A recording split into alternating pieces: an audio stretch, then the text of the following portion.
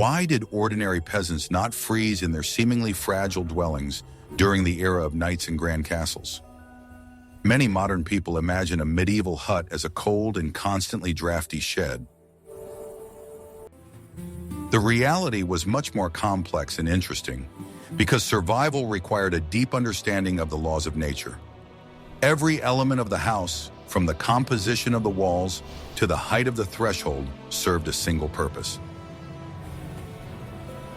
Watch the video to the end, and you will learn how the ancient technology of clay walls could compete with modern insulation materials. What if I told you that everything you believed about the fragility of old houses is not true? The technology of frame construction filled with wattle and clay was the pinnacle of engineering. It was based on a wooden frame that was filled with interwoven hazel or willow branches. This created a flexible and incredibly strong mesh inside the future wall. This mesh was thickly coated with a special mixture of clay, straw, and organic additives. The clay acted as an excellent heat accumulator for the entire living space. It slowly absorbed heat from the hearth and just as slowly released it back into the interior. The straw in the mixture served as a kind of reinforcement for this natural concrete. This construction method made it possible to build houses from virtually free forest materials.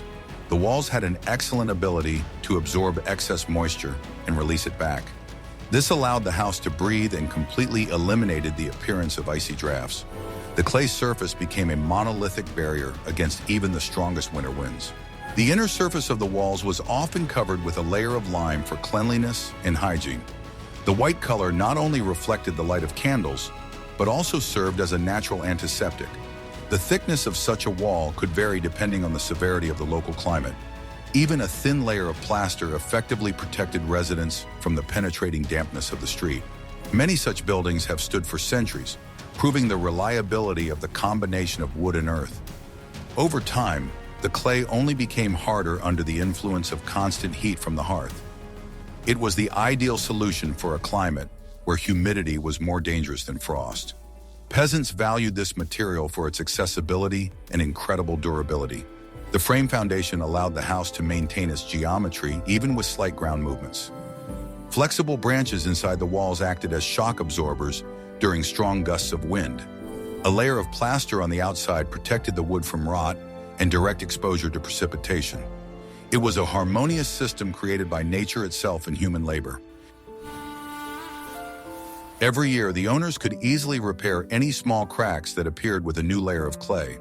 Such repairs did not require special tools or expensive craftsmen. The house was constantly being renovated and became stronger with each year of maintenance. This was the main strength of folk architecture at that time. In winter, the clay froze only a few centimeters on the outside, keeping the heat inside. The porous structure of the straw inside the plaster created millions of small air chambers. These chambers worked like modern mineral wool, retaining the precious energy of the fire.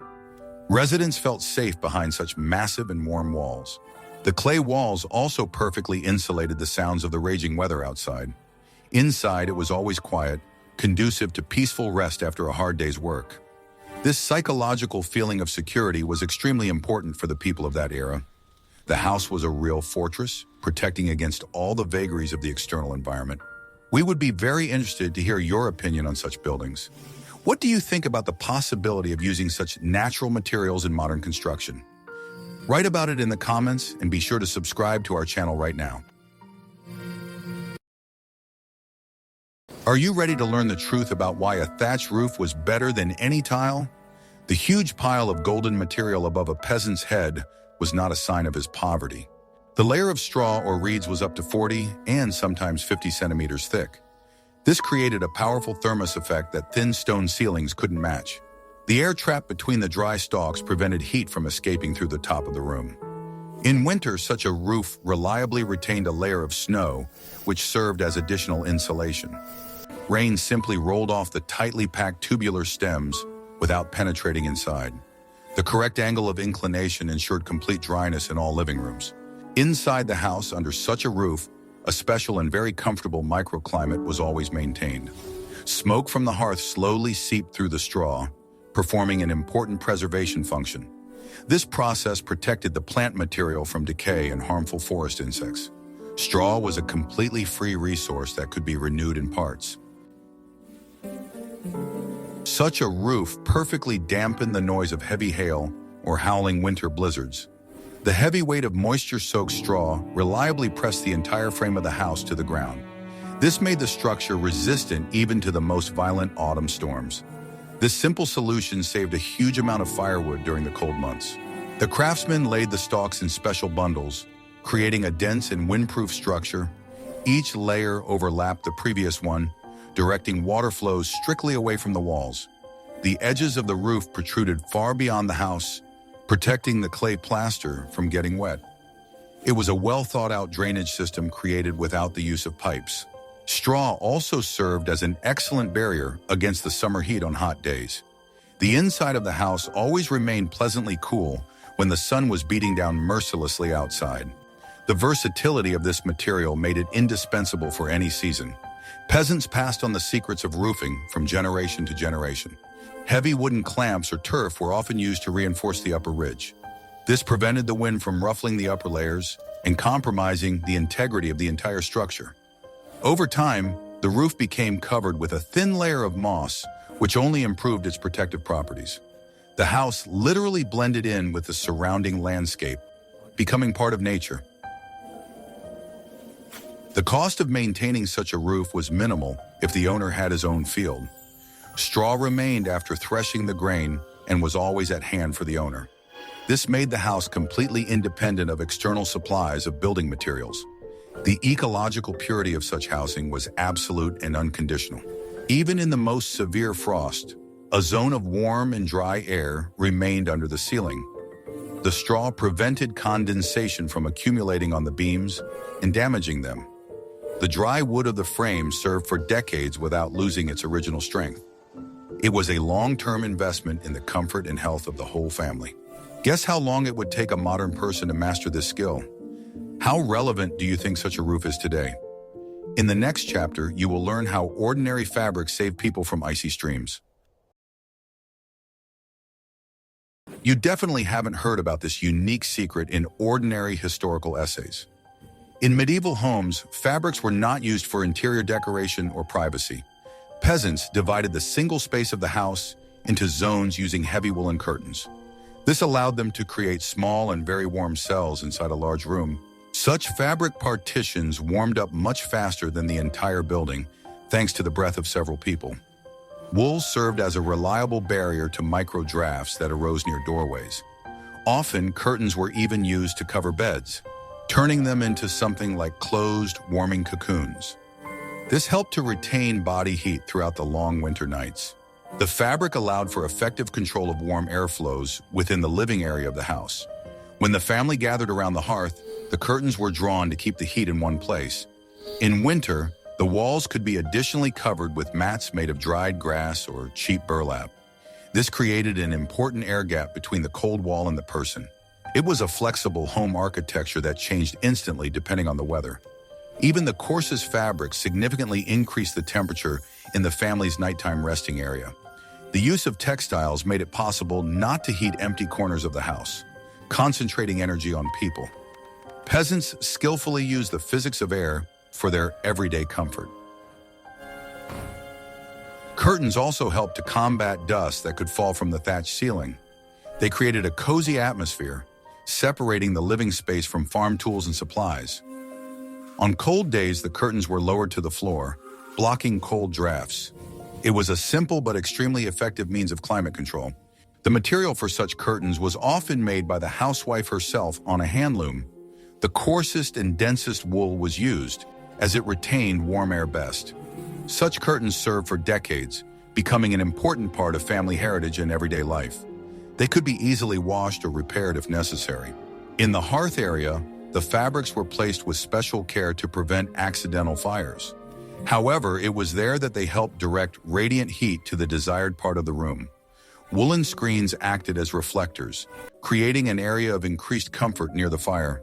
It was a real science of home comfort without electricity. Sometimes the fabrics were impregnated with special compounds to reduce their air permeability, and increased their density. This made them even more effective protectors against the piercing winter cold. Even in the poorest homes, people tried to find old cloth to protect their beds.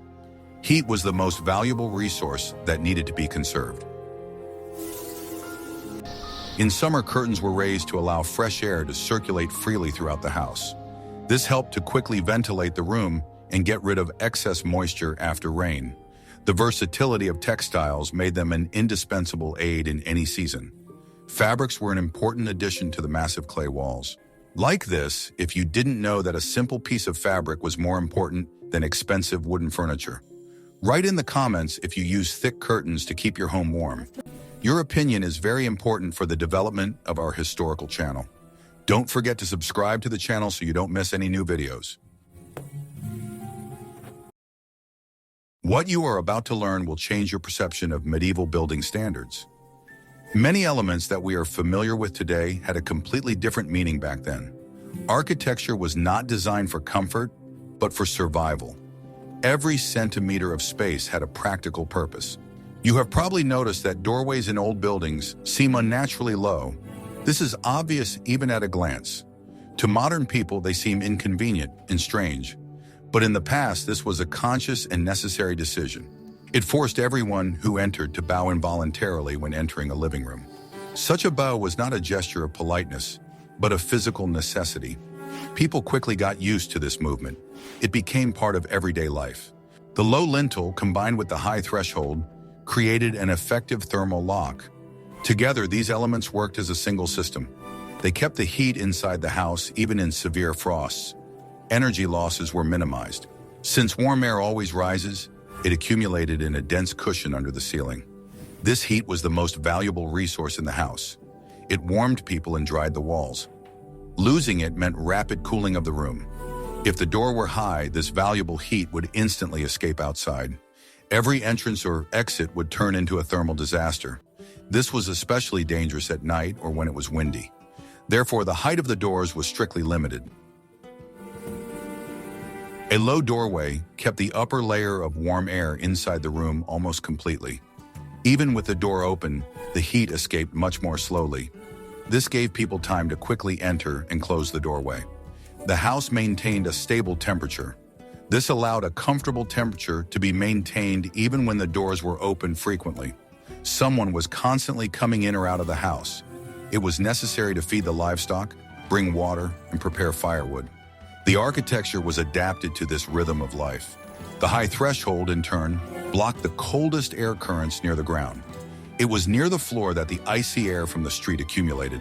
The threshold served as a physical barrier. It prevented the cold from penetrating inside. When the door opened, the cold street air hit this massive barrier. It could not immediately spread throughout the room. This gave precious seconds. During this time, the door was closed.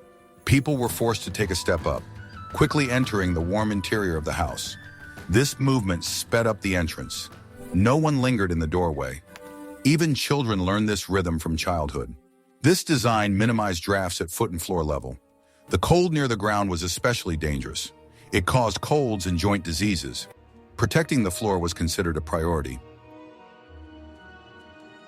Peasants understood that every time a door was opened, it was a direct loss of their hard work. Firewood was obtained manually and with great difficulty. It had to be chopped, dried, and stored. Losing heat meant wasting more resources. Preparing firewood required enormous effort, so the energy of the fire was conserved very strictly. The hearth was not lit unnecessarily. They tried to keep its heat as long as possible. The door was one of the main sources of heat loss. The very architecture of the house forced residents to be economical and attentive to detail.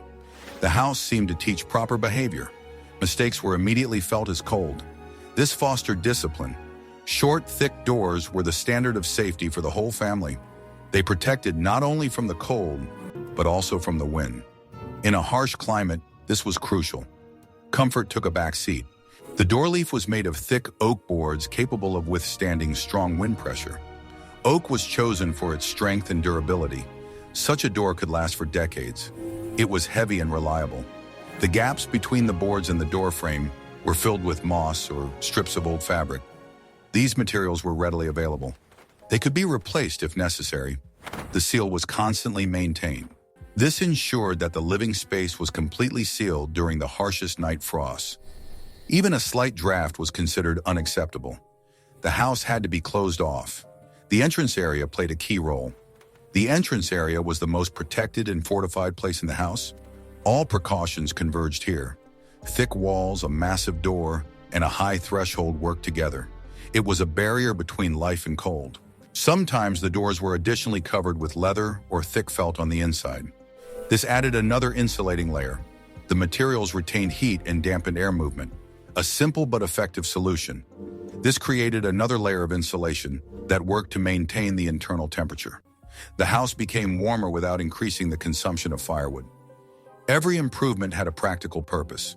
There were almost no decorations. The heavy door closed under its own weight or with the help of simple counterweights. It was physically difficult to leave it open. The design itself suggested the correct behavior. The human factor was minimized. No one left an opening open longer than necessary. This was considered a serious mistake. Such carelessness could be followed by reproaches. Warmth was the common property of the family. In winter, the threshold could be additionally covered with snow from the outside to completely block the lower gaps. Snow served as a natural insulator. It tightly filled all the gaps. The house became even warmer. This turned the house into a real snow fortress with minimal heat loss. A stable microclimate was maintained inside. Even severe frost felt weaker. People felt relatively safe. People got used to such specific ergonomics of space for the sake of their survival. Low doorways ceased to be annoying. They became familiar. Comfort was understood differently than it is today. Low ceilings and doors were the key to a long and healthy life. They reduced the risk of disease. A warm house meant a better chance of surviving the winter. Architecture directly influenced life expectancy. The house demanded that its inhabitants respect the laws of energy conservation. It did not forgive carelessness. Architecture dictated lifestyle. People adapted to the space. Do you think modern people are willing to sacrifice comfort for such radical savings? In the next chapter, you will learn how they coped with this terrible weather with the help of the floor. The floor in a medieval peasant house was most often earthen or clay. The earth was carefully compacted and mixed with special additives to increase its density. In some regions, the surface was impregnated with oils or organic compounds for hardness. Such a floor had enormous thermal mass, capable of accumulating heat from the fire. During daylight hours, the surface gradually heated up from the central open hearth. At night, when the flames died down, the dense soil began to slowly release the accumulated heat. This helped to maintain a stable temperature in the room until morning. The earth worked like a huge battery built right into the foundation of the house. For additional insulation, the surface was thickly covered with a layer of dry straw or reeds. The straw created a porous layer that separated the inhabitants' feet from the cold ground. In the spring, the old filling was simply raked out and replaced with fresh, fragrant material from the forest. This helped maintain hygiene and combat excessive moisture inside. An earthen floor was the safest option when using open fire in a room. The owners did not have to worry about accidental sparks that could cause a fire in the wood. The hearth was located directly on the ground, often in the very center of the living space. This ensured the most even distribution of heat in all directions. Clay and earth were man's faithful allies in the fight against freezing from below. The massive base of the house served as a reliable foundation that was not afraid of dampness or rot. A properly prepared floor did not produce dust and did not require complex technical maintenance. It was the cheapest and most practical solution for that harsh era. Sometimes fine granite chips were mixed into the clay to increase thermal conductivity in the fire zone. This allowed the heat to penetrate deeper into the foundation and remain there longer. Craftsmen knew the secrets of creating a warm floor without the use of pipes or electricity. The entire structure worked exclusively on the laws of physics and the properties of materials. Under a layer of straw, the ground remained dry even during periods of prolonged autumn rains. Good drainage around the house removed excess water from the foundation and walls. Residents valued dry floors as a guarantee of good health and protection from excessive cold. The earth gave a feeling of stability and connection to the native soil. Wealthy households could use wooden flooring on top of the earthen foundation. However, it was pure compacted clay that was considered the standard of practicality for ordinary people.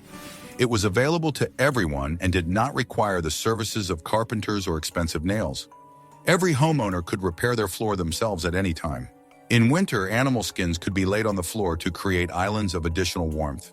This made life more comfortable and allowed children to play on a soft surface. The combination of straw, skins, and warm earth created comfort even in the coldest weather. The house was completely protected from the cold coming from the depths of the frozen soil. This type of floor helped regulate the humidity inside the living space. The clay absorbed excess steam during cooking and released it when the air was too dry. This created a healthy microclimate that is rarely found in modern concrete boxes. Peasants lived in harmony with the natural materials under their feet. Are you ready for the shocking truth about how heating actually worked? In a classic Wattle Daub house, there was often no stove with a tall chimney as we know it today. Instead, an open hearth was used, located in the center or near one of the walls. Smoke slowly rose to the ceiling and gradually filled the upper part of the entire building. This layer of warm smoke served as an additional barrier, protecting the house from the cold above. At the same time, the smoke disinfected the wooden rafters and straw, preventing the appearance of mold and parasites. People spent most of their time downstairs where the air remained relatively clear. The soot on the walls made them denser and less permeable to the wind. The hearth never went out completely during the long, harsh winter. At night, the coals were covered with special ceramic caps to preserve the heat until morning. All family life centered around the fire, from cooking to minor repairs. The stones around the fire also acted as powerful heat accumulators. Sometimes the heated stones were wrapped in thick cloth and placed in bed. This was the easiest way to warm up before a long sleep on a cold night. The entire system was closed and operated with maximum efficiency. The energy from the firewood was used not only for heat, but also for lighting and hygiene. The owners carefully selected firewood so that it would give off more heat and less acrid smoke. Dry birch or oak was valued above all else during the winter months of preparation. The hearth required constant attention and care from all family members. It was the sacred center of the home, uniting people around a vital resource. The smoke screen under the ceiling also helped to smoke meat and fish for storage. The products were hung from the beams, where they gradually became saturated with aroma and preserved. In this way, heating the house also served to provide the family with food. No resource in a medieval household was wasted. On particularly cold nights, domestic animals could move closer to the hearth. The warmth of the fire was distributed among all the inhabitants of this small protected world. The hearth created a zone of absolute safety in the midst of the hostile winter forest or field. Fire was a symbol of life and hope for the arrival of the long-awaited spring. If the fire accidentally went out, it was considered a real disaster for the whole family. Getting a spark again was a laborious process that required time and certain skills. Therefore, keeping watch over the hearth was an important duty of the youngest or oldest member of the family. Fire fed, warmed, and protected people from all adversities. The ashes from the hearth were collected and used for washing or fertilizing the garden in the spring. It was a waste-free production cycle built into the daily life of peasant households. Every splinter had its value and benefited the household. The hearth was the real engine that sustained life in a log house. In the next chapter, you will learn how they coped with the cold through the windows. How difficult do you think it was to breathe in such a room? Write about it in the comments below this video. In a medieval house, windows were not a source of beautiful views, but dangerous holes for heat. People perceived them primarily as a weak point in the defense of their homes. That is why they were made extremely small, more like narrow defensive slits. The main task of the window was to let in a little light and not let the heat escape. Such openings were located at a considerable height from the floor so that cold air would not blow directly on people. The higher the window was, the less drafts were felt. This was especially important in rooms where people slept or worked. Comfort depended directly on small details. They did not have transparent glass, which was prohibitively expensive at the time. Glass production was complex and only accessible to the wealthy. Simple peasants and artisans could not afford such a luxury. Therefore, they had to look for affordable substitutes. Instead of glass, openings were covered with ox bladders or oiled, high-density fabric. These materials were relatively easy to obtain and inexpensive. They could be replaced or repaired without significant expense. Practicality was always more important than aesthetics. These materials allowed only dim, diffuse light to pass through, which was necessary for minimal orientation. Rooms were never brightly lit during the day. However, even this amount of light was sufficient for simple household tasks. People got used to living in semi-darkness from childhood. At the same time, they reliably retained the heated air inside the room, preventing icy drafts from entering. This was especially important in regions with long and harsh winters. Heat loss could lead to illness. Windows became part of the survival system. In winter, such windows were additionally closed with massive wooden shutters from inside the house.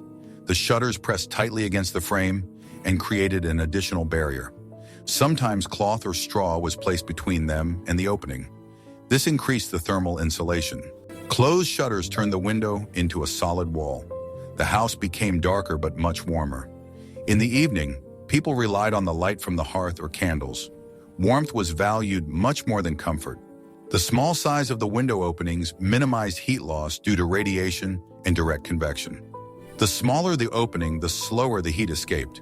This was intuitively understandable even without scientific knowledge. Practice confirmed the correctness of this approach. Narrow gaps prevented strong gusts of winter wind from blowing out the accumulated heat. The walls and hearth gradually warmed the air. Losing this heat meant having to use more firewood, and firewood was a valuable resource. On sunny days, light fell on the clay walls, helping them to warm up a little. Clay accumulated heat well and released it slowly. Even weak sunlight was beneficial.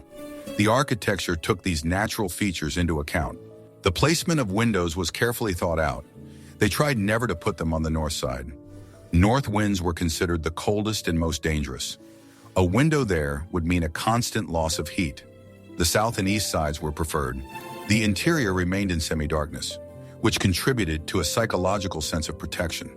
The dim light created a feeling of comfort and seclusion. Bright light was associated with the street and the cold. The house was perceived as a refuge. People got used to working in dim lighting or used light from an open fire. The hearth was the center of life and a source of light. The family gathered around it.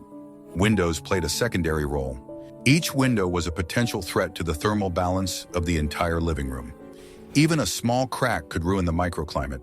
The owners carefully monitored the tightness of these small but important technological openings. It was part of their daily routine. If a bubble burst, it was immediately replaced with a new piece of prepared organic material. Damage could not be left for long. The cold quickly made itself felt. Repairs were urgent. The airtightness of the windows was a matter of health for the whole family during prolonged blizzards. Colds could become a serious problem. Children and the elderly suffered particularly badly. The house had to protect against the outside environment. The shutters were closed immediately after sunset, creating a solid wall against the night cold. This ritual was familiar and mandatory. With the onset of darkness, the house seemed to be sealed. It was architecture of survival, where light was sacrificed for temperature. Sometimes, for better light transmission, the bubbles were specially treated and stretched on frames. The material became thinner and more transparent. This allowed for a little more daylight to be gained during the short winter days. Even a small gain was important. However, the thermal properties of the material always remained a priority for builders. No one wanted to freeze for the sake of being able to look at the snow-covered yard. The view from the window was not considered valuable. The main thing was the warmth inside. This prevented the frame and adjacent areas of the clay plaster on the wall from getting wet. Moisture could destroy the material in a few seasons. The dryness of the structures was the key to the durability of the entire wooden frame of a medieval building. Small windows were part of the overall strategy to protect the house. Even in modern reconstructions, such windows seemed too cramped to city dwellers. They caused surprise and discomfort. However, it was precisely these windows that allowed people to survive in an era when firewood was worth its weight in gold. It was a conscious choice. The wisdom of our ancestors lay in their ability to find a balance between light and heat. They sacrificed comfort for survival.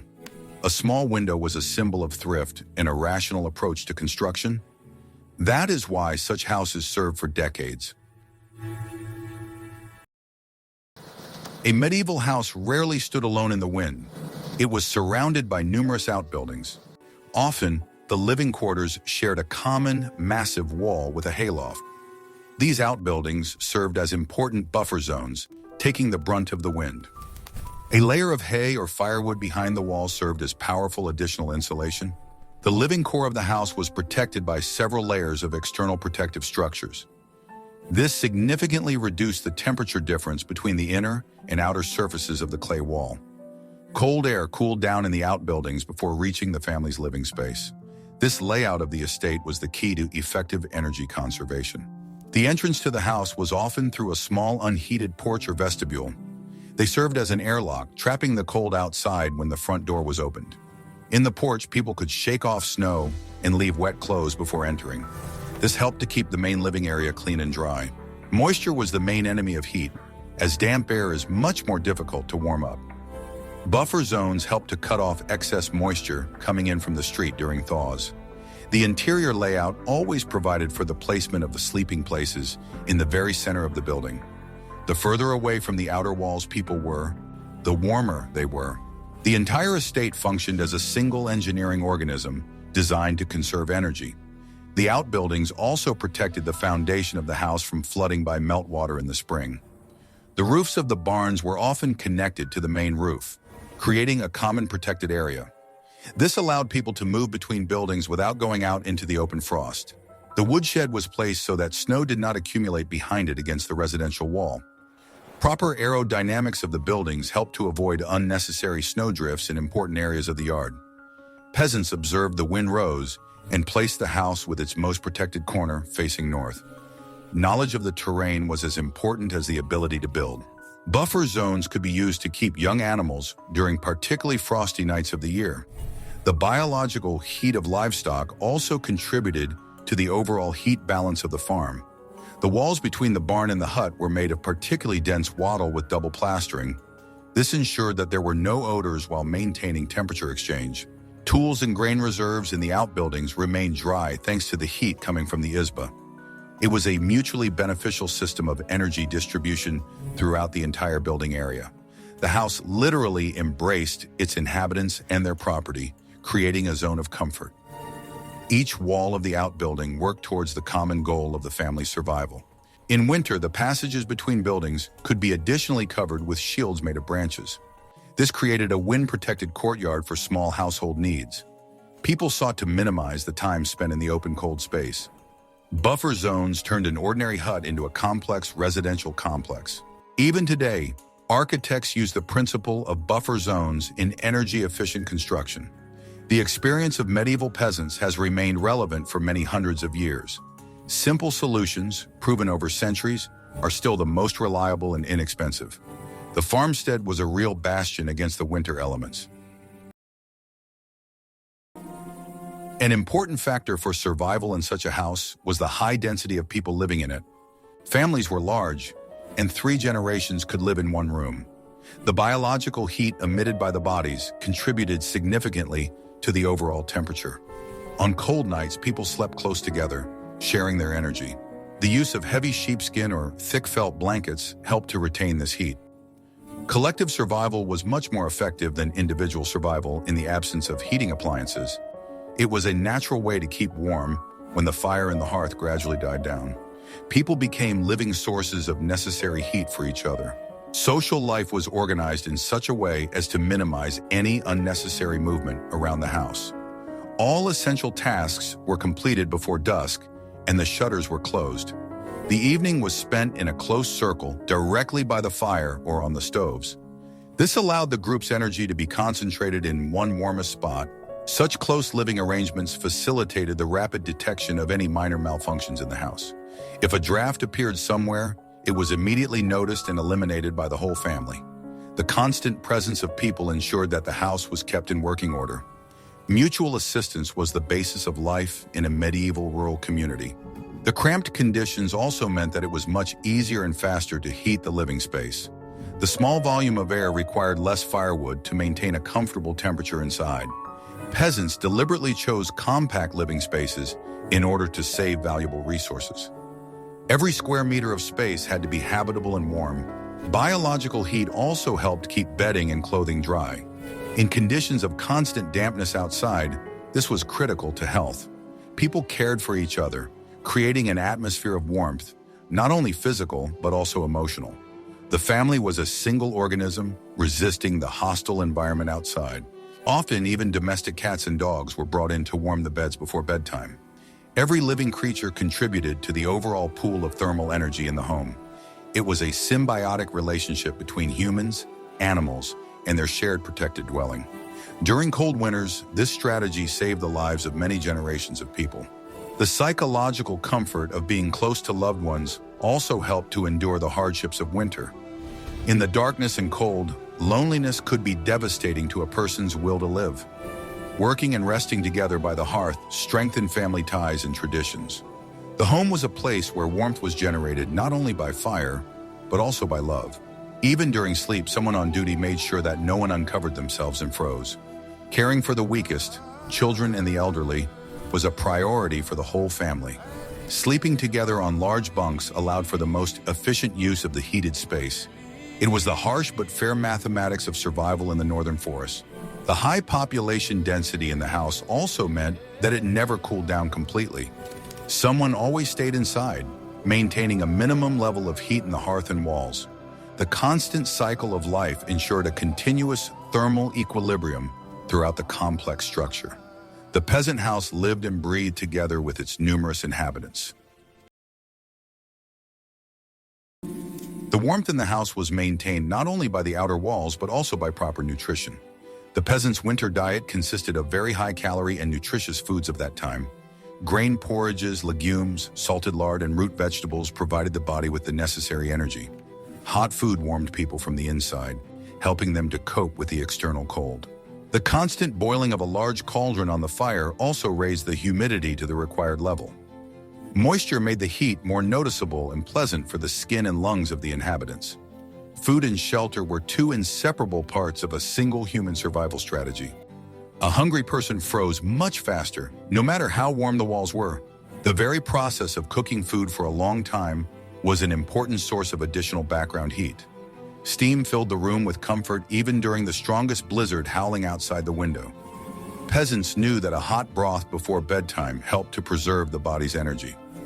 Every action in winter life was subject to the strict logic of preserving internal strength.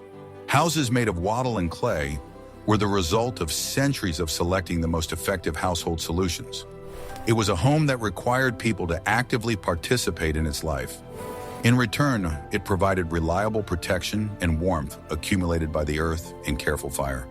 The history of survival in such homes is a hymn to human ingenuity and fortitude. In winter, people tried to do less heavy physical labor outdoors.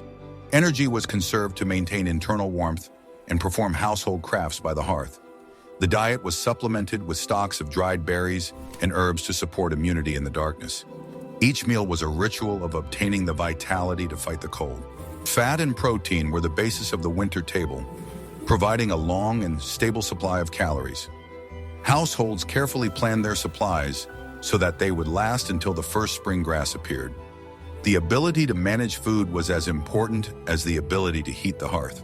A balanced diet allowed people to remain active even on the darkest days. Hot bread, straight from the oven or hearth, was a real celebration of warmth for the whole family. Its smell created an atmosphere of abundance and security within the protected clay walls. Food connected people to the land that fed them, and at the same time protected them with its walls. It was a circle of life, enclosed within the small peasant world. Even the leftover hot water after cooking was used for hygiene or heating. Not a single liter of heated liquid was poured out without being put to good use. Thriftiness was the highest virtue, allowing people to survive in conditions of limited resources. Every aspect of daily life was geared toward getting the most out of fire. At the end of winter, when supplies were running low, it was the warmth of the home that helped people hold on. The clay walls, which had accumulated energy over months of burning the hearth, gave it back to the last. The house empathized with its inhabitants, helping them wait for the first rays of the spring sun. It was an amazing connection between man and his man-made shelter. Today we can learn from our ancestors' complex approach to life. They saw the connection between what they ate and how their homes were built. The wisdom of the Middle Ages lay in the simplicity and incredible efficiency of every everyday gesture. Warmth was the result of harmony between nature, the home, and the person themselves. The medieval house, with its clay walls and thatched roof, was a true masterpiece of adaptation. As we have seen, every element, from the composition of the plaster to the height of the threshold, was designed to ensure survival. These technologies show how inventive humans can be when using only earth and branches. Modern comforts often make us forget the true price of warmth and comfort. Which of these secrets surprised you the most? Suggest topics for future videos about life in the past that you would like to see on our channel in the comments. And don't forget to subscribe so you don't miss new episodes about the secrets of ancient technologies and the history of human survival.